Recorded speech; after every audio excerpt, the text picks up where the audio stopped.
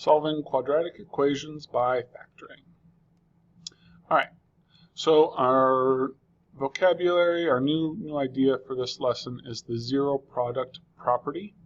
And that idea is that if you have multiple values that you are multiplying together and the answer is 0, okay, one of those two values or more, one of those, we could have, A, B, and C, but one of those values has to be 0, right?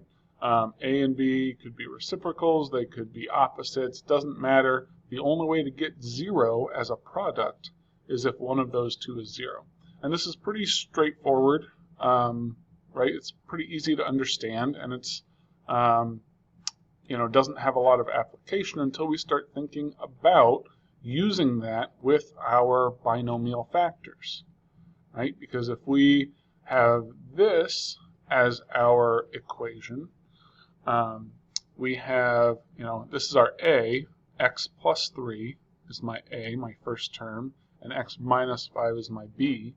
Okay, so I know that either x plus 3 is equal to 0 or x minus 5 is equal to 0.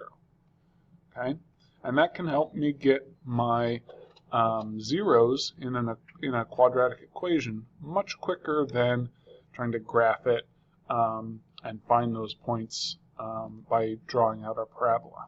Okay, so using this and using the zero product property, I know that either x plus 3 equals 0 or x minus 5 equals 0.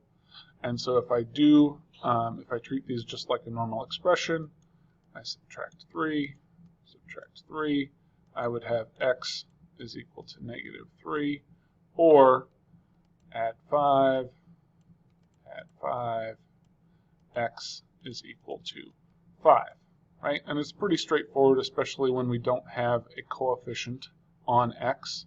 But if this is my quadratic equation, my zeros are going to be at negative 3 and 5.